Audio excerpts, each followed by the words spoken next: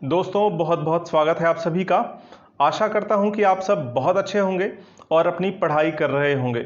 हम लोग यहाँ पर उपसर्ग पढ़ रहे हैं और उपसर्ग की हमारी आज की यह चौथी क्लास है। अभी तक हम लोगों ने 6 उपसर्गों को देख लिया है।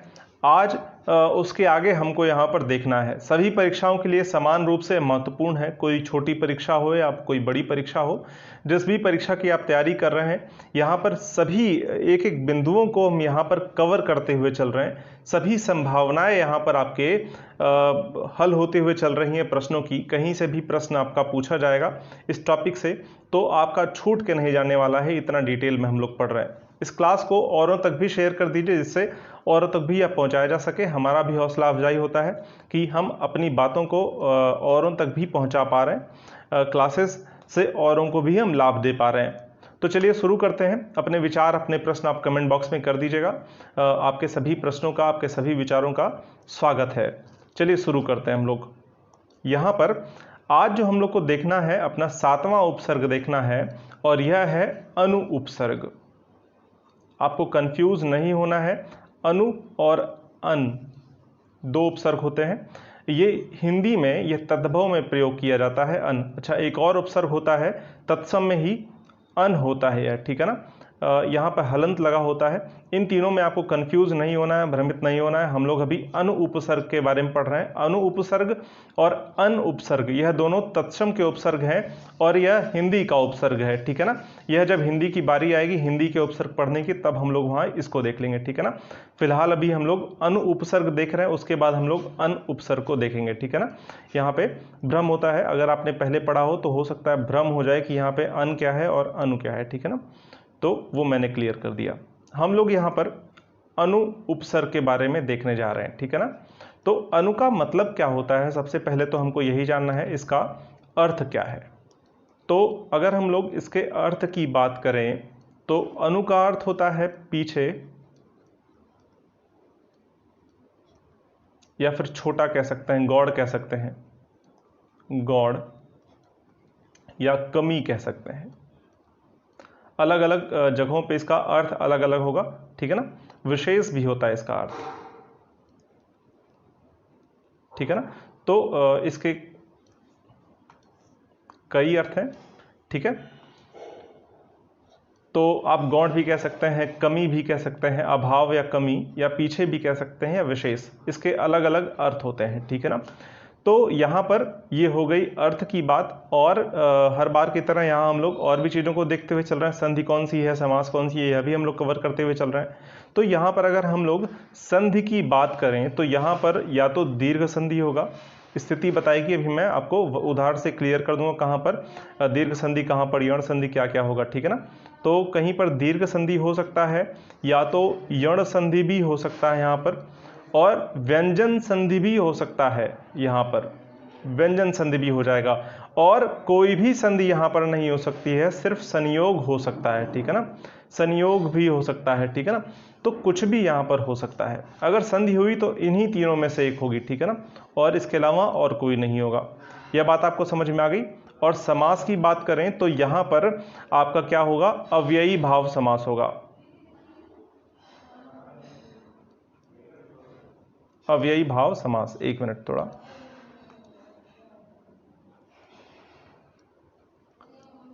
अव्ययी भाव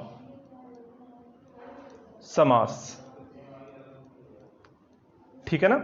तो अव्ययी भाव समास क्यों होता है ज़्यादातर उपसर्गों के साथ, क्योंकि जहाँ पर भी उपसर्ग लगा हो, जब मैं आपको समास पढ़ा रहा था तो मैंने आपको यह बताया था, जहाँ पर भी उपसर्ग लगा हो वहाँ पर आप अव्ययी भाव समास कह देते हैं, ठीक है ना। तो मैंने उपसर्ग में आपको ट्रिक भी बताया था जो है अव्ययी भाव समास को पढ़ने का। तो ज़्यादातर उपसर्गों में ही, उपसर्गों के साथ अव्ययी भाव समास ही होता है, ठीक है ना। तो इस बात का ध्यान रखिएगा। ये हो गई कुछ बातें। अच्छा, यहां पर कौन सा शब्द बनेगा, तत्सम शब्द ही बनेगा। तत्सम शब्द का ही निर्माण होगा। क्यों? क्योंकि यहां पर अनु जो है तत्सम उपसर्ग है और यह तत्सम शब्दों के साथ ही जुड़ेगा, ठीक है ना। तो अब देखिए, इसके कुछ नियम भी हमको पता होने चाहिए, ठीक है ना। तो यहां पर पहला जो नियम है वह हम लोग लिख लेते हैं कि यहां पर अनु जो है अनु ही रहेगा। कब? यदि यहां पर देखिए क्या हो रहा हो, व्यंजन से शुरुआत हो रही हो, व्यंजन से, अच्छा इसको ऐसे लिखते हैं,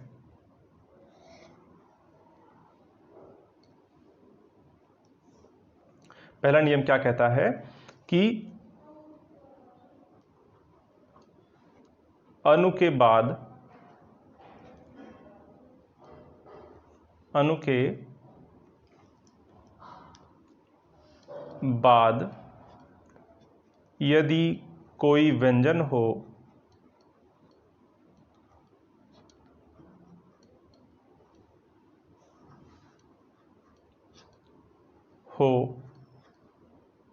तो कोई परिवर्तन नहीं होगा, कोई परिवर्तन नहीं होगा। बात आई समझ में? उदाहरण से भी हम लोग इसको देख लेंगे, नहीं होगा, ठीक है ना। अब जो दूसरा नियम है वह क्या कहता है, अनु के बाद यदि छोटा ऊ या बड़ा ऊ है, बड़ा ऊ हो तो, अगर छोटा ऊ या बड़ा ऊ हो तो यहां पर बड़ा ऊ हो जाता है, ठीक है ना। तो क्या होगा, यहां पर अनु हो जाएगा, ठीक है ना। यहां पर अनु हो जाता है, जाता है। बात आई समझ में? यहां पर अनु की जगह पर यहां पर बड़ा ऊ लग जाएगा और यहां अनु हो जाएगा। और अनु लग गया तो आपको पता ही है यहां पर संधि कौन सी हो जाएगी, यहां पर दीर्घ संधि हो जाएगी, ठीक है ना, दीर्घ संधि। यह तो बहुत आसान है, आपको समझ में आ ही गया होगा, ठीक है ना। और एक और नियम है यहां पर, तीसरा नियम, कि यहां पर जब छोटा ऊ और बड़ा ऊ है तो अनु हो जाएगा, और यदि यहां पर इसके अलावा कोई और स्वर हो तो क्या होगा, यदि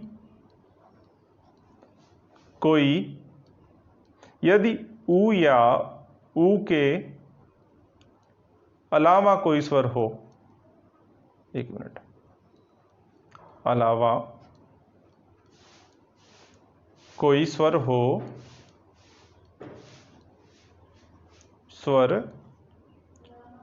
हो तो क्या हो जाएगा यहां पर,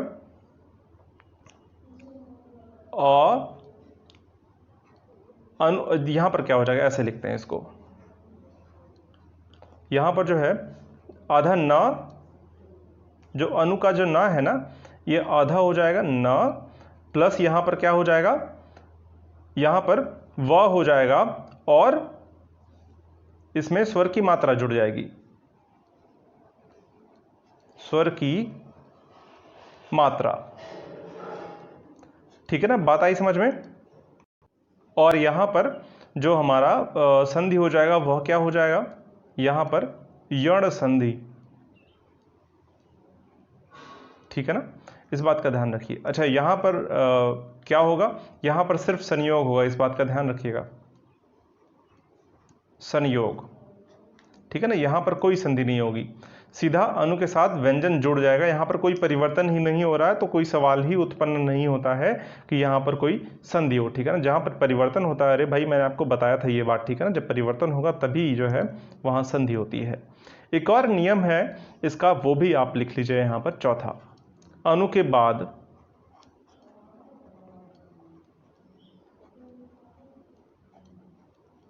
इस्त हो तो क्या हो जाएगा इसका, यह इष्ट हो जाएगा,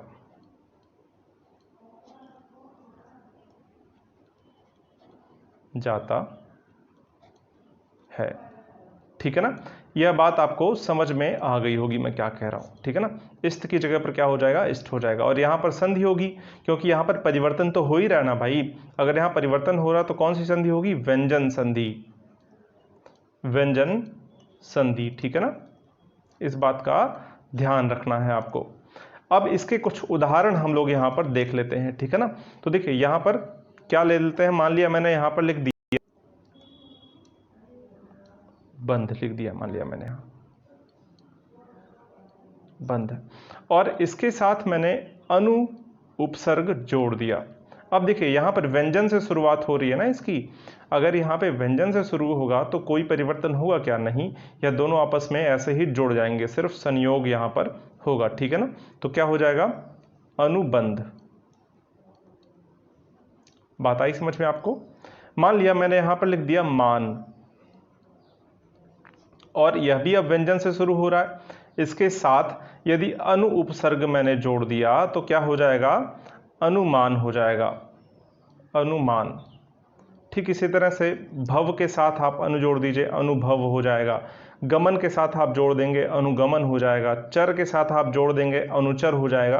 तो जहां पर भी व्यंजन होगा, व्यंजन के साथ अगर अनु जुड़ेगा तो वहां पर क्या हो जाएगा, यह हूबहू ऐसे ही जुड़ जाएगा एज इट इज, और यहाँ पर सिर्फ और सिर्फ संयोग होगा, ठीक है ना। अब चलिए यहाँ पर हम बात कर लेते हैं ऊ के साथ। देखिए यहाँ पर ऊ के साथ अगर जुड़ता है तो क्या होगा, ठीक है ना। तो ये देखिए अनु के साथ अगर हम ऊ जोड़ दें, चलिए यहाँ पर मैंने लिख दिया, पहला ही शब्द याद आ रहा है उत्तर। इसके साथ अगर हम लोगों ने अनु जोड़ दिया तो यह क्या हो जाएगा, अनुधन उत्तर। यहाँ पर बड़ा ऊ हो जाएगा ना, मैंने भी बताया नियम में भाई, देखिए यहाँ पर नियम क्या कह रहा है, बड़ा ऊ हो तो यहाँ पे अनु हो जाएगा, ठीक है ना, अनु हो जाएगा। तो क्या हो जाएगा यह, अनुत्तर। अभी यहाँ पर भ्रम होगा आपको, अनुत्तर, और आपने अनुत्तर तो ऐसे लिखा हुआ देखा है, ठीक है ना, इतना है। चलिए आपने अनुत्तर, आपने ऐसा लिखा हुआ देखा है, और यहां पर तो मैंने अनुत्तर लिख दिया, ठीक है ना। देखिए दोनों अलग अलग हैं, यहां पर अन उपसर्ग के मिलने से अनुत्तर बनता है, और अनु उपसर्ग के मिलने से अनुत्तर बनता है, ठीक है ना। दोनों के अलग अलग उत्तर जो है यहाँ पर अर्थ हो जाते हैं। अनुत्तर मतलब होता है जिसका कोई उत्तर ही ना दिया गया हो, उत्तर के रहित, ठीक है ना, उत्तर के बिना। अनुत्तर का अर्थ होता है, देखिए मैंने आपको यहाँ पर बताया ना, अनु का क्या अर्थ होगा, एक अनु का अर्थ होता है पीछे, ठीक है ना, बाद में, पीछे। तो यहाँ पर यह वाला अर्थ लिया जाएगा, और यहाँ पर अनुत्तर का क्या अर्थ हो जाएगा, यहाँ पर हो जाएगा बाद में जिसका उत्तर दिया गया हो, ठीक है ना, बाद में दिया गया उत्तर, ठीक है ना, अनुत्तर कहते हैं उसको। अनुत्तर मतलब जिसका कोई उत्तर ही ना हो, जो उत्तरित ही ना किया गया हो, जिसका उत्तर ही ना दिया गया हो, और अनुत्तर माने जिसका बाद में उत्तर दिया गया हो। अंतर समझ में आया ना। तो यहाँ पर दीर्घ संधि हो भी रहा है, आपको समझ में आ भी रहा है, अगर संधि की क्लास आपने करी है तो आपको समझ में आ गया होगा, ठीक है। तो यहाँ पर अब जैसे मान लिया उदित मैंने लिख दिया,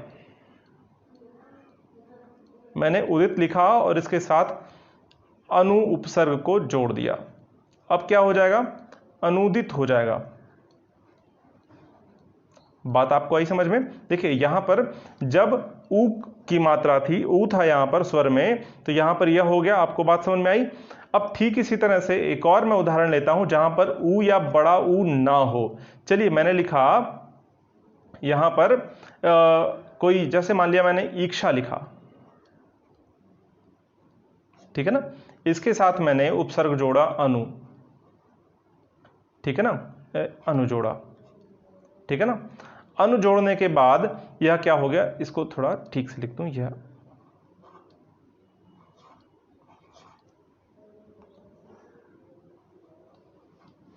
अनु मैंने इसके साथ जोड़ दिया, तो यह अब क्या हो जाएगा, अन्वीक्षा, ठीक है ना। यह क्या हो जाएगा, यहां पर देखिए, यहां पर स्वर दूसरा है ना, ऊ या बड़ा ऊ को छोड़कर एक दूसरा स्वर यहां पर आ गया है। तो जब यहां पर दूसरा स्वर है तो यह क्या हो जाएगा, आधन ना में परिवर्तित हो जाएगा यह, और जब यह आधन ना में परिवर्तित होगा तो इसके साथ व जुड़ जाएगा, ठीक है ना, और इस व के साथ इस ई की मात्रा जुड़ जाएगी, तो यहां पर क्या हो जाएगा, अन्वीक्षा। बात आपको आई समझ में, अन्वीक्षा हो जाएगा इसका, ठीक है ना। तो यहां पर मैंने एक और उदाहरण लिखा, मान लिया मैंने लिखा ऐषण, ठीक है ना, और यहां पर मैंने लिखा अनु उपसर्ग, ठीक है ना।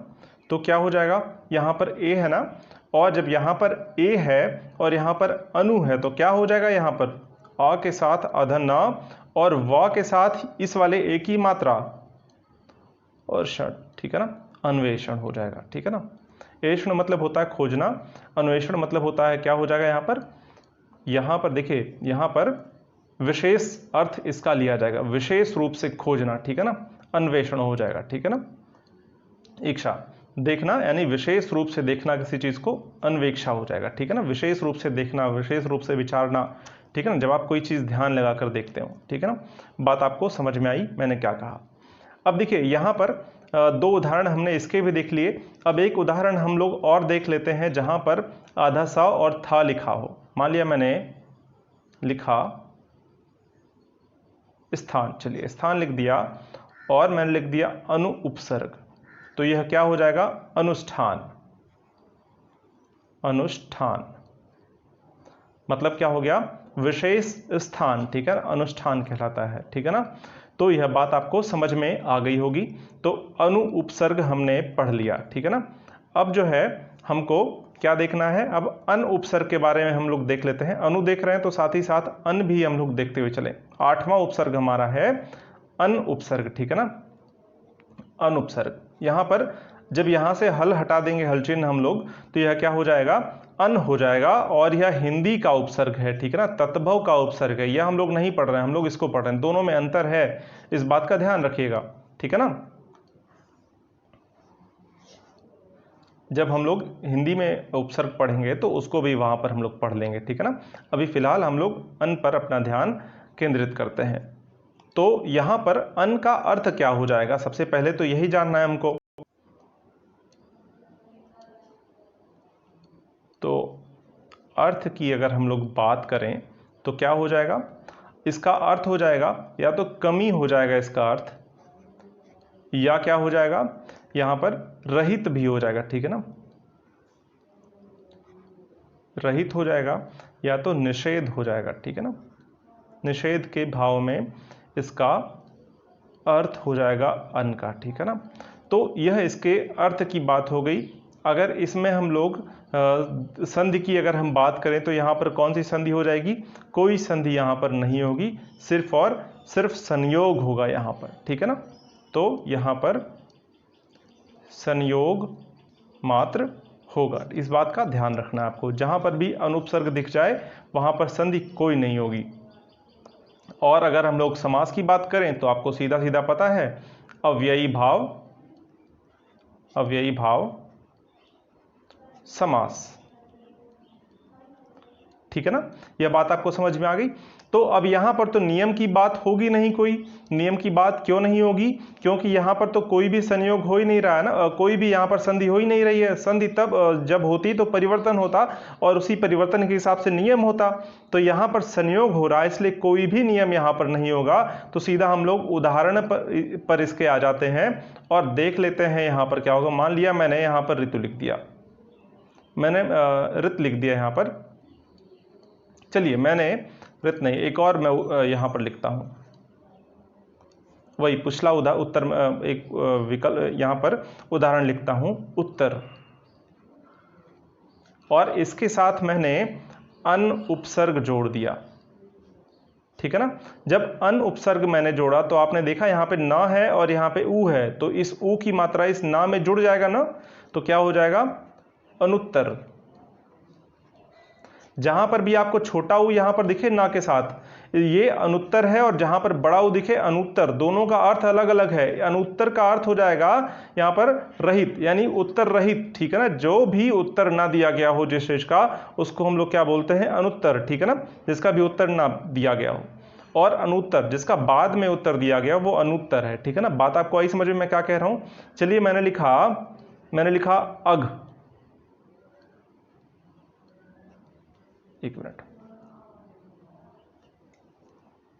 मैंने लिख दिया अघ। अघ का अर्थ होता है पाप, ठीक है ना। इसका क्या अर्थ होता है, पाप, पाप। अघोरी इसी शब्द से बना हुआ है, ठीक है ना, अघ से ही बना हुआ है, अघोरी। अघोरी का अर्थ होता है जो पाप वाप से मुक्त हो, पाप के बंधनों से जो मुक्त हो गया हो, ठीक है ना। तो अघ मैंने लिखा और यहां पर मैंने लिख दिया अन उपसर्ग, ठीक है ना। तो अब यह क्या हो जाएगा, यहां पर ना के साथ अ जुड़ जाएगा और क्या हो जाएगा, अनघ, यानी कि पाप रहित। यहां पर क्या हो जाएगा, इसका अर्थ पाप रहित। चलिए मैंने लिखा अन के साथ, अन उपसर्ग के साथ मैंने यहां पर लिख दिया उदार, मैंने लिख दिया उदार, ठीक है ना। अब यह क्या हो जाएगा, अनुदार। कुछ सोचना ही नहीं है आपको, अनुदार, ठीक है ना। बात आपको आई समझ में। देखिए यहां पर बहुत ही सूक्ष्म अंतर है, दोनों में आपको समझ में आना चाहिए, अनु और अन में, ठीक है ना। अंतर आपको समझ में आना चाहिए, ठीक है ना। यह जो है ज़्यादा से ज़्यादा शब्दों को आप देख के आराम से कर सकते हैं, ठीक है ना। अनुदार हो जाएगा यह, ठीक है। जहां पर ये आपको छोटा ऊ दिख जाए, जहां पर भी आपको छोटा ऊ दिख जाए और दोनों को अलग अलग करने पे एक अर्थ निकल रहा हो, वहां पर आप जो है क्या कर देंगे, जो है अनुपसर्ग लगा देंगे, ठीक है ना। चलिए मैं आपको बताता हूं एक बार फिर से। जैसे मैंने यहां पर लिखा अनुत्तर, ठीक है ना। तो देखिए यहां पर आपको कंफ्यूजन होगा, भ्रम होगा कि इसका संधि हम लोग कैसे करें, ठीक है ना। तो यहां पर क्या होगा, अनु उपसर्ग है या अन उपसर्ग है, इसमें अगर आपको भ्रम हो तो एक बार करिए क्या, जिसमें भी आपको लगता हो कि यहां पर मान लिया अनु उपसर्ग आपको लगता है, ठीक है ना, आपको लगता है कि यहां पर अनु उपसर्ग है, ठीक है ना। तो आप क्या करिए, अनु और यहां पर उत्तर या फिर अनुधन तर ऐसे कर दीजिए, या ऐसे ही ना, ठीक है ना, अनुधन तर। अनु को यहां अलग लिखने के बाद क्या बचा, अध त और र बचा ना। क्या इसका कोई अर्थ निकलता है, नहीं ना। तो क्या करेंगे आप, इस वाले न से जो ऊ है उसको उठा के आप इधर कर देंगे, ठीक है ना।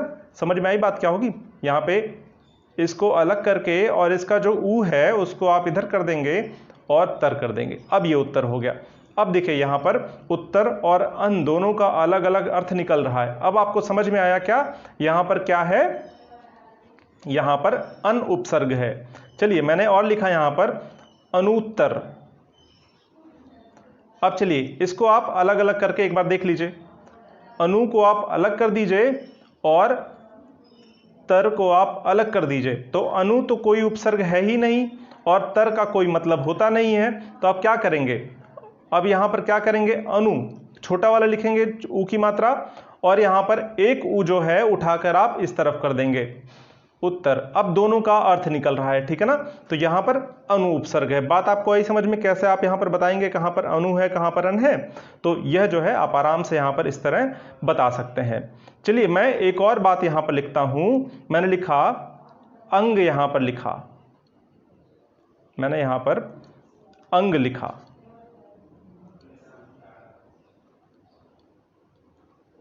और इसके साथ मैंने अन उपसर्ग जोड़ दिया। अन उपसर्ग जब जोड़ा तो यह क्या हो जाएगा, अनंग हो जाएगा, अनंग, ठीक है ना। अनंग का क्या मतलब होता है, कामदेव, कामदेव। और देखिए यहां पर, अब यहां पर आप अव्ययी भाव समास नहीं कहेंगे, ठीक है ना। यहां पर अव्ययी भाव समास नहीं होगा। और यहां पर अव्ययी भाव समास नहीं होगा तो क्या होगा, और क्यों नहीं होगा अव्ययी भाव समास, इस बात को थोड़ा समझ लीजिए।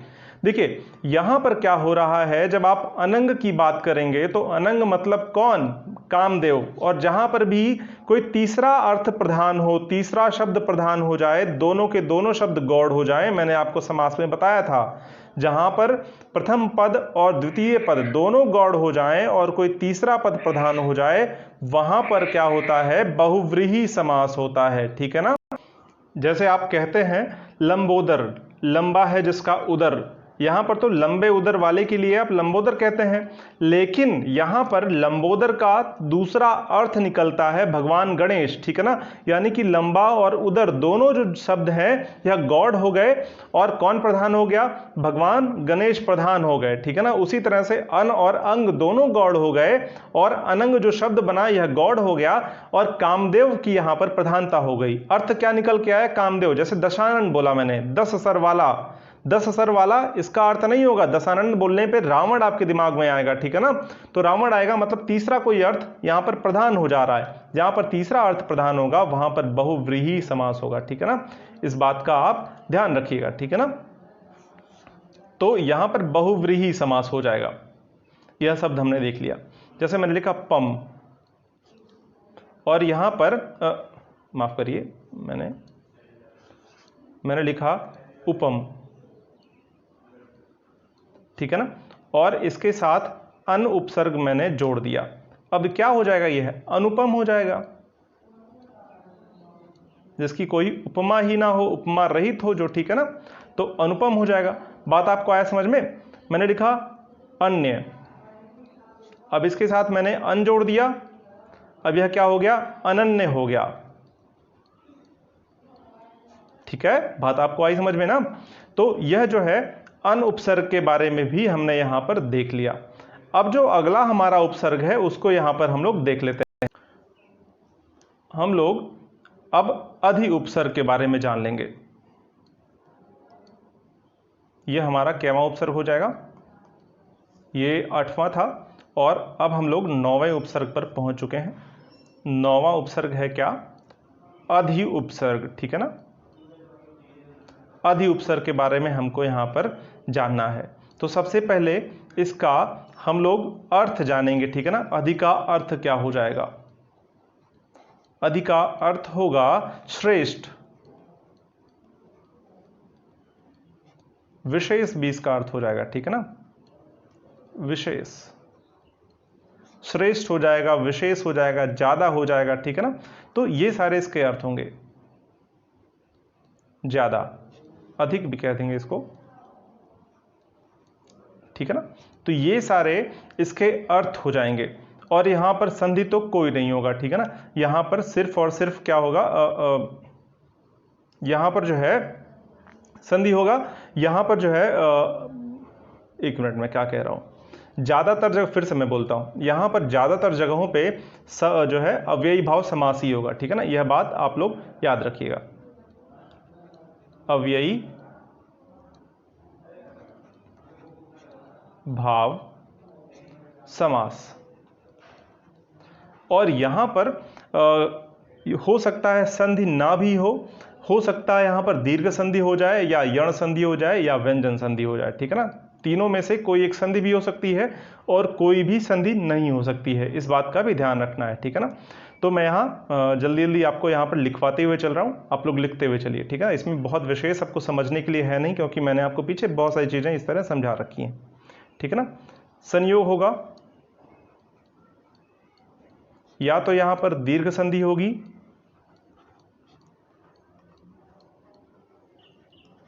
या तो यहां पर यण संधि होगी, या व्यंजन संधि,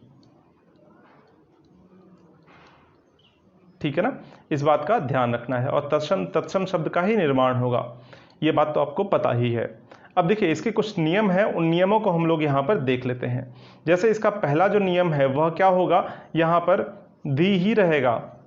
धी ही रहेगा कब, जब व्यंजन से शुरुआत हो, व्यंजन से शुरू हो, ठीक है ना। और जब व्यंजन से शुरू होगा तो अधि का अधि ही रहेगा, कोई परिवर्तन नहीं होगा। मतलब यहां पर यदि अधि के बाद व्यंजन आता है तो यहां पर क्या होगा, कोई भी परिवर्तन नहीं होगा। और जब कोई परिवर्तन नहीं होगा तो क्या होता है, संयोग होता है। बात आई समझ में आपको।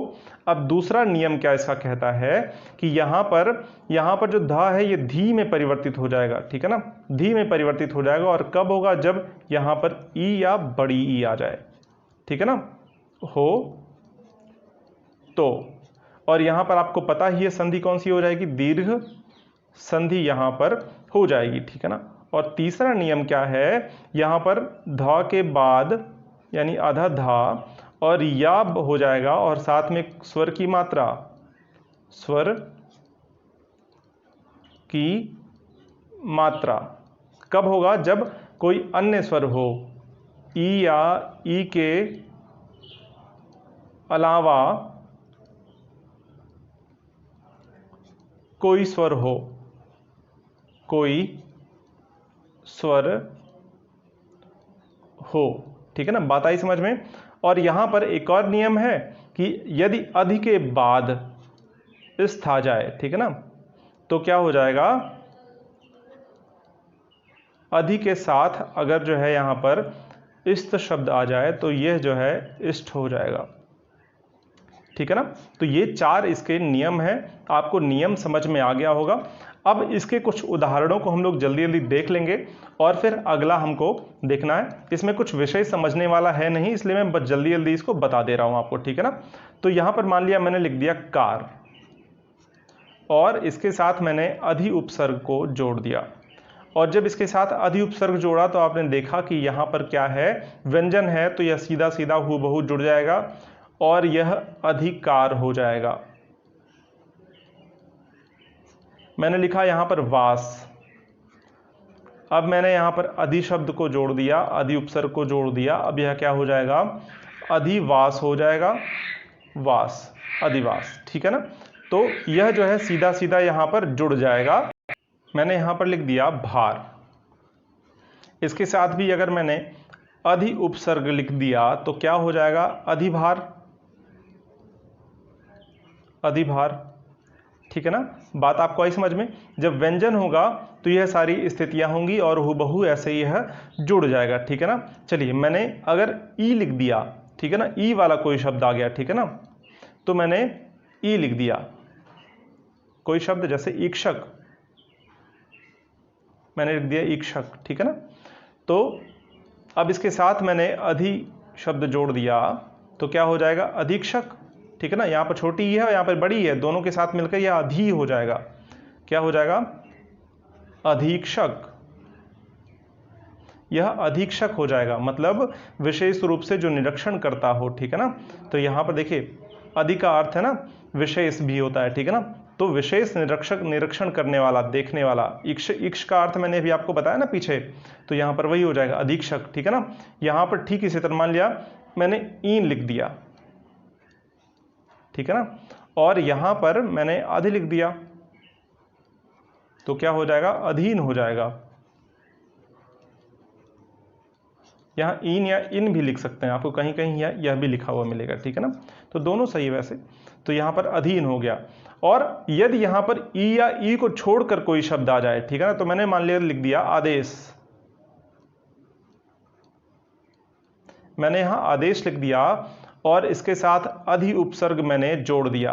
अब अधि जोड़ा तो क्या हो जाएगा, यहां पर नियम के हिसाब से यह आधा में परिवर्तित हो जाएगा और यह क्या हो जाएगा, या, इसके साथ क्या हो जाएगा, या, और आ की मात्रा इसमें जुड़ जाएगा और देश, तो यह अध्यादेश हो जाएगा। बात आपको आई समझ में मैंने क्या कहा। तो यह कुछ उदाहरण हो गए जिससे हमने अधि उपसर्ग को भी समझ लिया, ठीक है ना। तो जल्दी जल्दी हम लोगों ने इसको भी कंप्लीट कर लिया है और कुछ आपका छूटा नहीं है, इस बात से निश्चिंत रहिए, ठीक है ना। कुछ यहां पर छूटा नहीं है आपका बिल्कुल भी, ठीक है ना। मैंने स्थान का भी एक उदाहरण ले लेते हैं, चलिए स्थान का भी एक उदाहरण यहां पर हम लोग लिख लेते हैं। मैंने अधि के साथ अगर स्थान लिखा तो क्या हो जाएगा, यह क्या हो जाएगा, अधिष्ठान,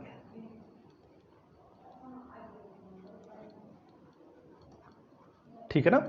तो यह आपको समझ में आ गया होगा। बहुत सारे ऐसे उदाहरण हैं जहां पे आप ऐसा देख सकते हैं। अध्याहार दे सकते हैं, आहार में अधि जोड़ दीजिए, अध्याहार हो जाएगा। आप ईश्वर में जोड़ दीजिए, अधीश्वर हो जाएगा, ठीक है ना। आप ऐसे बहुत सारे शब्द बना सकते हैं। अधिकरण आप बना सकते हैं, करण के साथ आप अधि को जोड़ दीजिए, अधिकरण हो जाएगा, यहाँ पर सीधा सीधा जुड़ जाएगा, ठीक है ना। तो बहुत सारे ऐसे शब्द आप बना सकते हैं, बहुत सारे उदाहरण इसके हो जाएंगे। तो ज़्यादातर उदाहरण मैंने आपको बता ही दिया है, ठीक है ना। बहुत सारे भरपूर उदाहरणों के साथ मैं आपको बताता हुआ चल रहा हूँ, जिससे यहाँ पर सब कुछ आपको आसानी से समझ में आ जाए, ठीक है ना। अब यहाँ पर हम लोग अगले उपसर्ग को देख लेते हैं। अब जो हम देखने जा रहे हैं वो हमारा केवा उपसर्ग ही है। 9 हमने देख लिए हैं और 10वां उपसर्ग हम लोग देखने जा रहे हैं और यह देखेंगे हम लोग उत के बारे में। उत उपसर्ग इसको उद भी कहीं कहीं आपको देखने को मिल जाएगा, ठीक है ना। तो ज़्यादा सही उद है, लेकिन उत या उद दोनों कहते हैं, ठीक है ना। ज़्यादा सही की अगर हम बात करें तो उद ही है, ठीक है ना। मैं फिर से लिख देता हूँ साफ साफ, ये है उत उपसर्ग, ठीक है ना, या उद उपसर्ग, ठीक है ना। अगर हम लोग इसके अर्थ की बात करें कि इसका अर्थ क्या होगा, तो इसका अर्थ होता है, तो यहां अर्थ इसका ऊपर हो सकता है, अधिक भी हो सकता है, ऊंचा भी हो सकता है, श्रेष्ठ भी हो सकता है, कुछ इस तरह से इसके अर्थ होंगे, ठीक है ना। ऊंचा, ठीक है ना, या फिर श्रेष्ठ। एक मिनट, श्रेष्ठ, ठीक है ना। तो ये हो गया इसके अर्थ की बात। और इसमें समास कौन सा होगा? अगर हम समास की बात करें तो अव्ययी भाव समास, अव्ययी भाव समास, ठीक है ना। और यहां पर जो संधि हो जाएगी वह व्यंजन संधि ही होगी, हमेशा सर्वथा यहां पर व्यंजन संधि ही होगी, व्यंजन संधि, ठीक है ना। बात आपको आई समझ में? यह जो उपसर्ग है यह बहुत ही कठिन उपसर्ग कह सकते हैं इसको मेरे हिसाब से, क्योंकि इसमें ज़्यादा नियम है, ठीक है ना। इसमें परिवर्तन के ज़्यादा नियम है। तो यहाँ पे 9-10 नियमों को आपको देख के चलना है, ठीक है ना।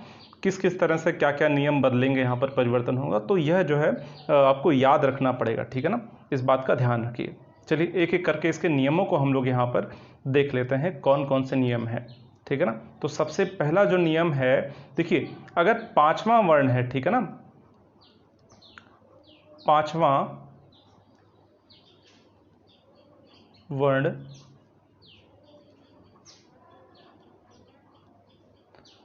हो, किसके बाद, ऐसे लिखते हैं इसको, यदि उत के बाद,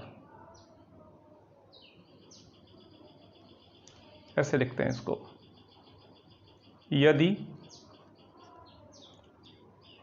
उत के बाद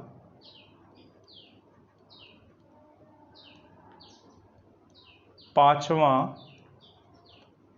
वर्ण है। 5वां वर्ण कौन सा है? यहाँ पर अंगा हो गया, इया हो गया, ये सारे जो है, ना हो गया, न हो गया, मा, ये सब क्या है? 5वें वर्ण है ना, ठीक है।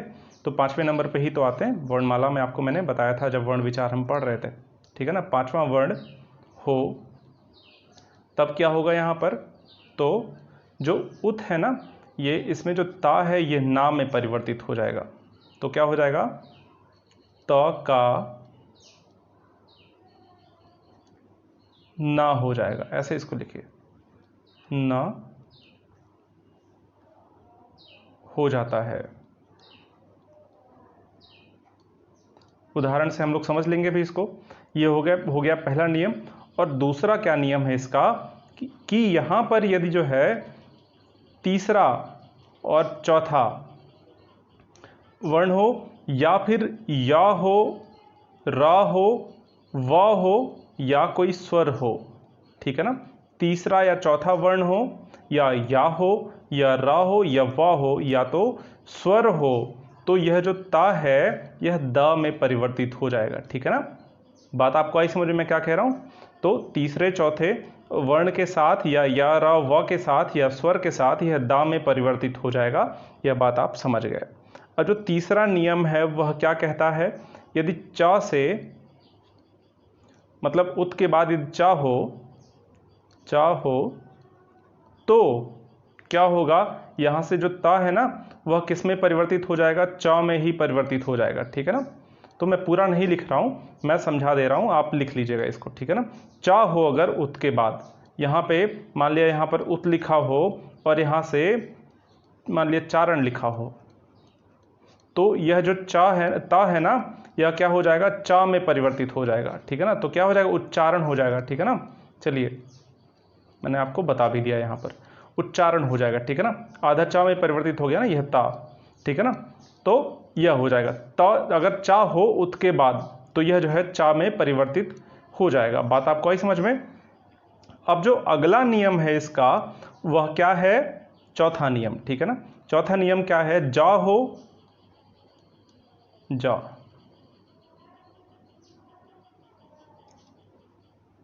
जा हो तो जो उत में ता है ना यह किस में परिवर्तित हो जाएगा, जा में परिवर्तित हो जाएगा, ठीक है ना। और पांचवा नियम क्या है, एक बार हम लोग नियम लिख लें उसके बाद से हम लोग देख लेंगे, ठीक है ना। और यदि डा हो तो क्या होगा, डा हो तो यह डा में ही परिवर्तित हो जाएगा, ठीक है ना, डा में परिवर्तित होगा, ठीक है ना। टा होगा तो छठा नियम क्या है, टा होगा, मैं समझा नहीं रहा हूं क्योंकि मैंने आपको बता दिया पहले, ठीक है ना। टा हो तो क्या होगा, टा में परिवर्तित हो जाएगा, ठीक है ना।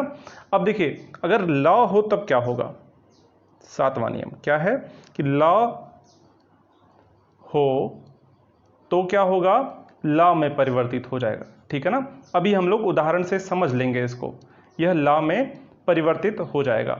अब आठवां नियम क्या कहता है, आठवां नियम कहता है कि देखिए अगर शाह से शुरू होता है, शाह से, अगर तालव्य शाह से शुरू होता है, शाह हो तो मतलब उत के बाद यदि शाह हो तो क्या हो जाएगा, यहां पर उत की जगह पे, यहां ता की जगह पे चा हो जाएगा।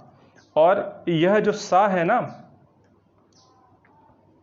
यह जो शाह है यह किस में परिवर्तित हो जाएगा, यह छा में परिवर्तित हो जाएगा।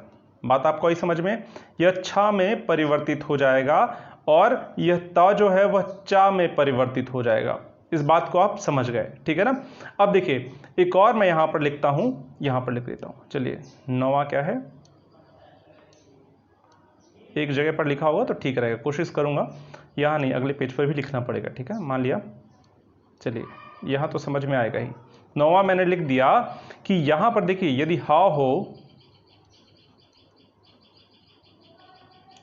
तो क्या हो जाएगा, यदि हा होगा तो दा में परिवर्तित हो जाएगा यह, और यह जो हा है ना यह किस में परिवर्तित हो जाएगा, यह धा में परिवर्तित हो जाएगा, यह धा में परिवर्तित हो जाएगा। बात आपको समझ में, यह ता, यहां पर जो ता है, यह जो ता है वह दा में परिवर्तित हो जाएगा, और अगर हा है ता के बाद तो यह हा जो है धा में परिवर्तित हो जाएगा।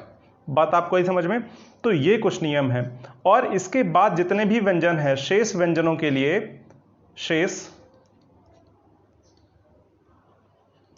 व्यंजन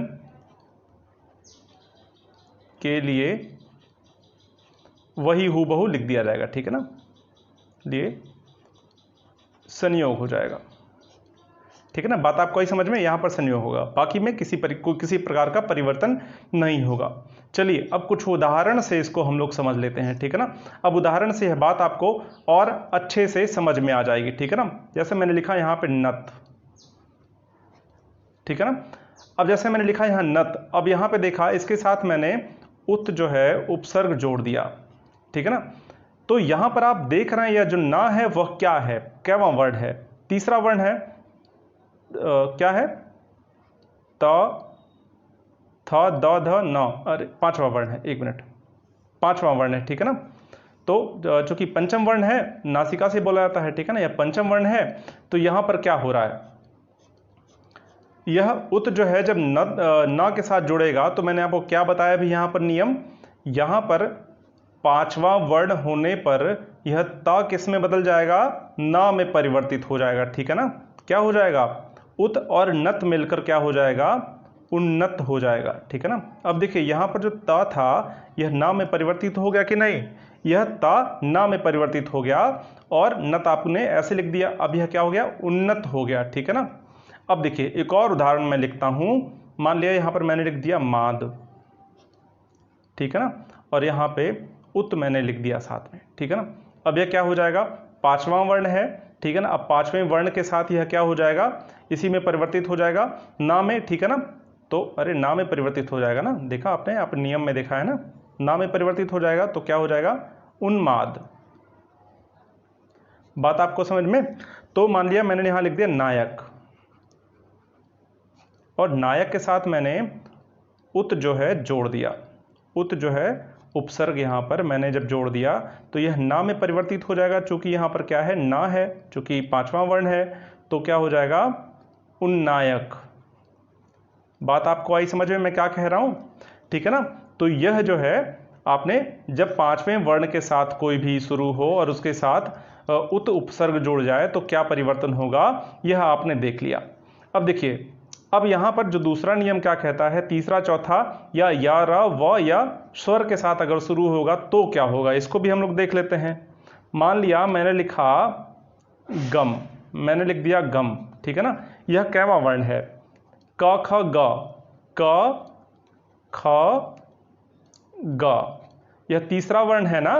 तो तीसरा वर्ण है, अगर इसके साथ मैंने उत शब्द जो है जोड़ दिया, उत उपसर्ग जोड़ दिया, तो परिवर्तन क्या होगा नियम के हिसाब से, मैंने आपको क्या बताया अभी पीछे, नियम आपने देखा, तो यहां पर क्या हो जाएगा, दा में परिवर्तित हो जाएगा यह, ठीक है ना। किसमें, दा में परिवर्तित हो जाएगा, तो क्या हो जाएगा, उद्गम हो जाएगा यह, ठीक है ना, उद्गम। बात आपको आई समझ में, मैंने लिख दिया। मान लिया यहां पर एक और उदाहरण लिखता हूं, मान लिया मैंने लिख दिया घोष, और मैंने इसके साथ उत उपसर्ग लिख दिया। अब यह क्या हो जाएगा, उद्घोष। उद्घोष क्यों हो गया, क्योंकि यहां पर आपने देखा ता किस में परिवर्तित हो जाएगा, दा में परिवर्तित हो जाएगा। बात आपको आई समझ में, बिल्कुल समझ में आ गया होगा। और मान लिया एक और लिख लेते हैं हम लोग यहां पर, जैसे मैंने यहां पर लिखा,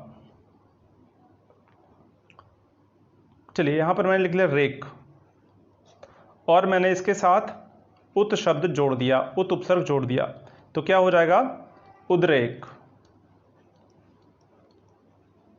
ठीक है ना।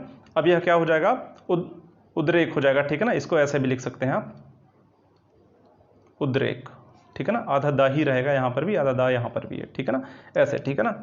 अब चलिए यहां पर मैंने लिखा, यहां पर आपने क्या देखा, यहां पर स्वर अगर आ जाए, ठीक है ना, तो क्या होगा। चलिए एक बार हम लोग स्वर का भी देख लेते हैं। मैंने यहां पर लिख दिया आय, और यहां पर मैंने लिख दिया उत उपसर्ग, ठीक है ना। तो अब स्वर होगा तो भी यहां दा में परिवर्तित हो जाएगा, तो क्या हो जाएगा, उदय। बात आपको आई समझ में मैंने क्या कहा। तो यह जो है इसके कुछ नियम हो गए, और नियम के अनुसार परिवर्तन हो गए, ठीक है ना। चलिए और कुछ और शब्दों को हम लोग देख लेते हैं। यहाँ पर मान लिया अभी मैंने यहाँ पर क्या बताया आपको, अगला नियम क्या है, यहाँ पर चा हो तो चा में ही परिवर्तित हो जाएगा, ठीक है ना। तो मान लिया मैंने लिख चारण, मैंने लिख दिया चारण, तो यहाँ पर क्या हो जाएगा, उत उपसर्ग लगाने से यह जो ता है यह भी चा में परिवर्तित हो जाएगा, तो क्या हो जाएगा, उच्चारण हो जाएगा, ठीक है ना। बात आपको आई समझ में। चलिए अब जा वाला देख लेते हैं हम लोग। मान लिया मैंने लिख लिया यहां पे ज्वल, और इसके साथ मैंने उत शब्द जोड़ दिया, तो क्या हो जाएगा, उज्ज्वल। उज्ज्वल इस तरह से लिखा जाता है, बहुत सारे लोग भ्रमित रहते हैं, बहुत सारे लोग उज्ज्वल को इस तरह से लिख के आते हैं, ठीक है ना। और बहुत सारे लोग तो उज्ज्वल इस तरह से लिखते हैं, ये गलत है और यह भी गलत है, ठीक है ना। उज्ज्वल इस तरह से लिखा, ज्वल में उत जोड़ने पे यह जो ता है आधा जा में बदलेगा, तो आधा ता वाला जा ये हो गया, और ज्वल वाला जा तो यहाँ है ना, तो आधा जा दोनों रहेगा यहाँ पर, इस बात का ध्यान रखिएगा, ठीक है ना। उज्ज्वल ऐसे लिखा जाता है, ठीक है ना। चलिए मैंने लिखा यहाँ पर एक और उदाहरण लेते हैं, ठीक है ना। मैंने लिखा तीर्ण, मैंने लिखा यहाँ पर तीर्ण, और मैंने यहाँ पर लिखा उत उपसर्ग, ठीक है ना। तो क्या हो जाएगा, उत्तीर्ण। उत्तीर्ण क्यों हो गया यह, क्योंकि यहां ता है तो यह ता में ही रह जाएगा, ठीक है ना। बात आपको आई समझ में, उत्तीर्ण हो जाएगा, ठीक है ना। मैंने लिखा मान लिया कोच, ठीक है ना। अब मैंने लिखा उत, उत धन कोच क्या हो जाएगा, उत्कोच। शेष के साथ कोई भी परिवर्तन नहीं होगा, ठीक है ना। आपने देखा ना यहाँ पर कोई भी दूसरा व्यंजन हो तो कोई परिवर्तन नहीं होगा, इन्हीं सब के साथ नियम था ना भाई, ये जितने यहाँ पर हमने लिखे हैं इन्हीं सब के साथ जब नियम है, यहाँ पे का इस नियम के तहत नहीं आता है तो उत्कोच हो जाएगा। इसका अर्थ क्या होता है, घूस लेना या रिश्वत, ठीक है ना, घूस, उत्कोच कहते हैं, ठीक है ना। यह बात आपको समझ में आ गया होगा मैंने क्या कहा। जैसे मैंने यहाँ पर लिखा एक और उदाहरण, अब हम लोग जो है ताला विशा वाला देख लेते हैं एक बार। मैंने लिखा श्वास,